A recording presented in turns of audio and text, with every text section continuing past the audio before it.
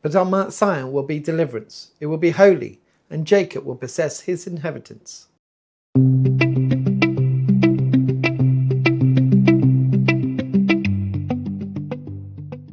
Obadiah is the shortest book in the Old Testament, just 21 verses long, yet it carries a thunderclap of justice and a whisper of hope. Edom had gloated over Israel's fall, rejoicing in her ruins. But God answers with this promise. On Mount Zion will be deliverance. It will be holy, and Jacob will possess his inheritance. Judgment is real, yet mercy has the final word. Zion here is more than geography, it's theology. The mountain where God dwells becomes the meeting place of grace. Corrie ten Boom once said, "There is no pit so deep that God's love is not deeper still." That's what this verse declares. Even when the story seems over, God is already writing resurrection. Deliverance is not simply escape from danger, it's restoration to belonging. Holiness is not sterility, it's life made whole. And inheritance is not property, it's promise, the right to call God our home again. A missionary in Uganda once told of visiting a village rebuilt after years of conflict. On a hill nearby stood a wooden cross made from the bomb-damaged beams. The people said, "This hill is our Zion, because God met us here when we had nothing left." That's the power of this verse. God turns ruins into holy ground. There's a mind shift that we all need. Deliverance is not the end of the story. It's the doorway into holiness. We often pray for escape, but God offers transformation. The rescue he gives always includes renewal.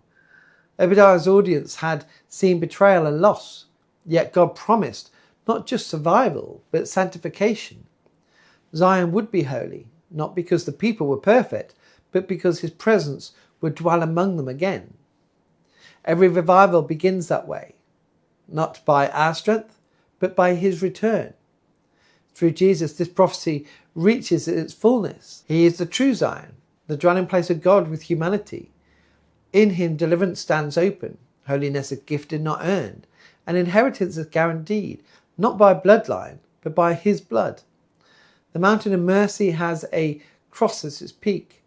That's where judgment and grace meet. The world says possession comes by conquest, but in the kingdom it comes by surrender. Jacob's inheritance is not seized, it's received. The Spirit now writes this verse across our own lives. There will be deliverance. There will be holiness. You will possess what was promised.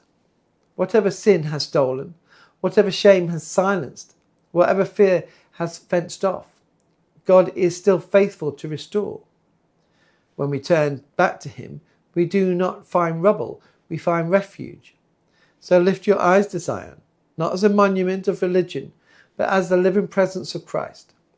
On his mountain there is mercy, and on his hill there is healing. He still rebuilds what the enemy ruined, and returns to us what grace never stopped preparing. Let us pray. Heavenly Father, thank you that in you there is always deliverance.